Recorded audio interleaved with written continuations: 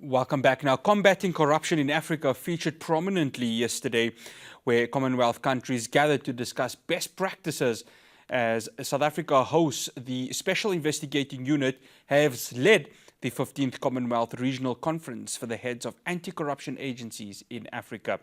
Now, the unit has been at the forefront of unearthing corrupt practices in state institutions in the aftermath of state capture and during the COVID-19 pandemic. Joining me now, and of course is currently at that conference, is Karam Singh, who is a consultant for Corruption Watch. Karam, good day. Thank you so much for joining us here on News in Focus on Hilaal TV.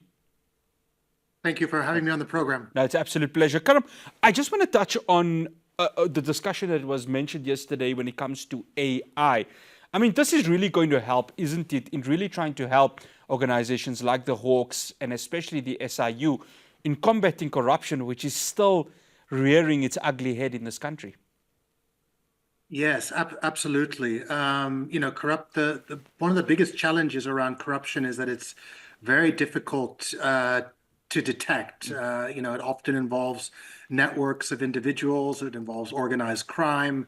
It's done in a way in which the crimes are often concealed. The use of technology, the use of digital forensics, cyber forensics, and now increasingly AI are all tools which are important for investigators, for investigative agencies who are seeking to detect corruption and then pursue cases that can then lead to successful prosecutions and asset recovery. Karam, South Africa, we're still not here there, as yet in terms of tackling corruption. We've got a State Capture Commission report that is out there. It's yet to be implemented. Of course, this has to come down from the National Prosecuting Authority. How much does South Africa now need to take that next step in trying to make sure that what was mentioned in the State Capture report is now coming into fruition in terms of the actual prosecutions? I know it has a lot to deal with money, but how much does this conference now deliver a sort of a kick on the backside for the SIU, the NPA, to now take that next level and say, well, it's time for the prosecutions to occur? Yeah, no, absolutely. Despite the State Capture Commission and the important work that it did, the challenge that we face as a society to confront endemic or systemic corruption remains as imperative as it's ever been. The challenges are extremely. We're dealing with an extremely challenging situation, and effectively, we have to kick into another gear our response. We can't afford to have another 5-year commission of inquiry that costs R1 billion. We need to have a functioning criminal justice system, best-in-class agencies, and this involves looking at the recommendations of the Zondo Commission, ensuring that they're implemented, but also looking at the National Anti-Corruption Strategy and some of the imperatives that it talks about. So Judge Zondo addressed the conference this morning, and he highlighted a couple of key issues. And one of the key issues that he highlighted was the issue broadly around reform of the public procurement system, which is where we've seen the big amounts of monies looted. And we have seen some progress in terms of new legislation, but it doesn't go far enough in terms of the transparency requirements, nor in terms of bolstering the enforcement response. The other thing that Judge Zondo highlighted, or Chief Justice Zondo highlighted, was the issue around whistleblower protection and support and incentivizing whistleblowing, which again is a key recommendation coming out of the commission that, again, as we discussed, corruption will not become uncovered or it won't be detected unless people come forward with information. Whistleblowers are absolutely critical to this fight. But we have an environment and a climate which remains hostile to whistleblowing, that's dangerous for whistleblowers. So we need to turn the tide against that.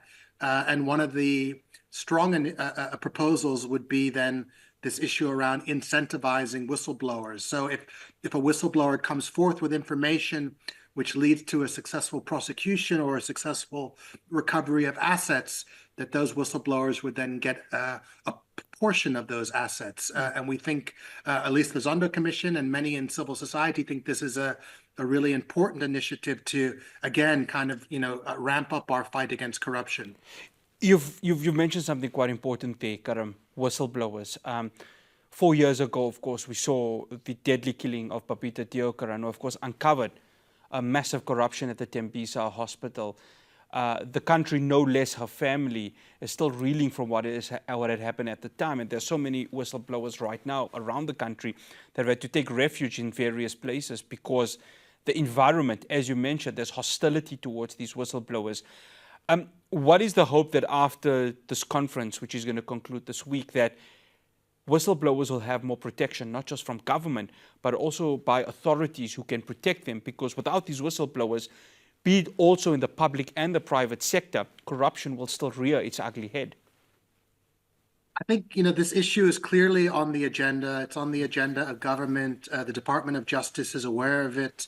We're expecting new draft legislation to be coming forward that deals with some of the limitations within the current protected disclosure framework. So, there's no silver bullets in the fight against corruption. There's no real low-hanging fruit, but there are lots of initiatives. There's best practice which speak to these issues around, how can we bolster our approach both nationally, regionally, and internationally.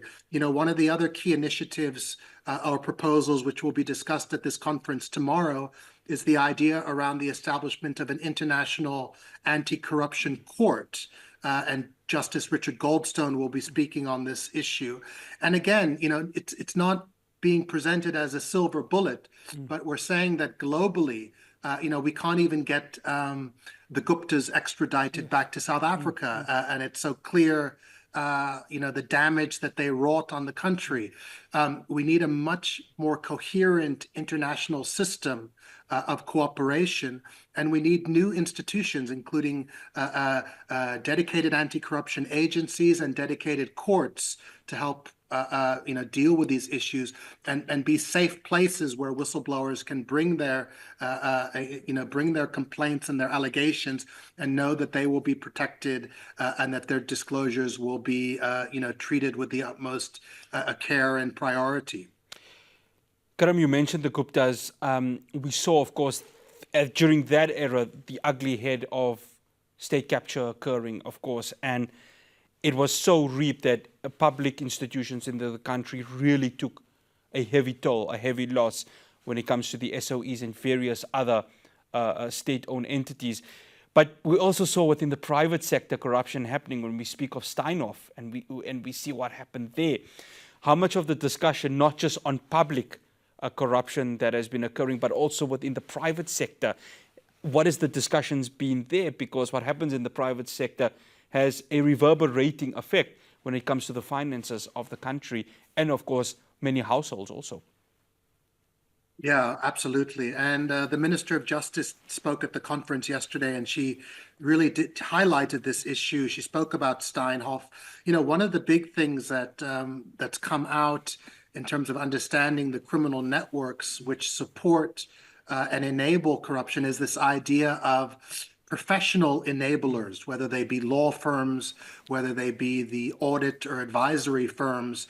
And we saw a lot of this during the state capture era in South Africa, the likes of the Bain, Bell Pottinger, and McKinsey. These are global private sector players that are advising governments around the world, and they've done it in a way where there's been a lot of impunity. So we've seen McKinsey being charged in relationship to their advisory work in the Free State. We saw a moment where Bain were banned from doing work in South Africa. We need to keep our focus on these professional enablers and make it more difficult for them to escape with the kind of impunity that they have in the past. This also goes to the issue of the financial sector and the banking sector, because one of the big issues that's been discussed is the issue of money laundering and illicit financial flows. These can only happen, or they often happen through the international banking system. Banks can sometimes receive big fines, when they're found to be complicit in this. But we need to ask more of the financial services sector in South Africa to say, what are you doing? What's your contribution to ensuring that that your clients are clean and that you're not engaged in facilitating these types of crimes? Karam, thank you so much for making the time for us. Much appreciated. My pleasure. That's Karam Singh, who is a consultant for Corruption Watch, just giving us a brief overview of the current conference that is happening for heads of anti-corruption agencies across the continent. That's all we have for you here on News in Focus on Hilaal TV. Tomorrow, we will have Talking Point. Assalamu alaikum wa rahmatullahi wa barakatuh.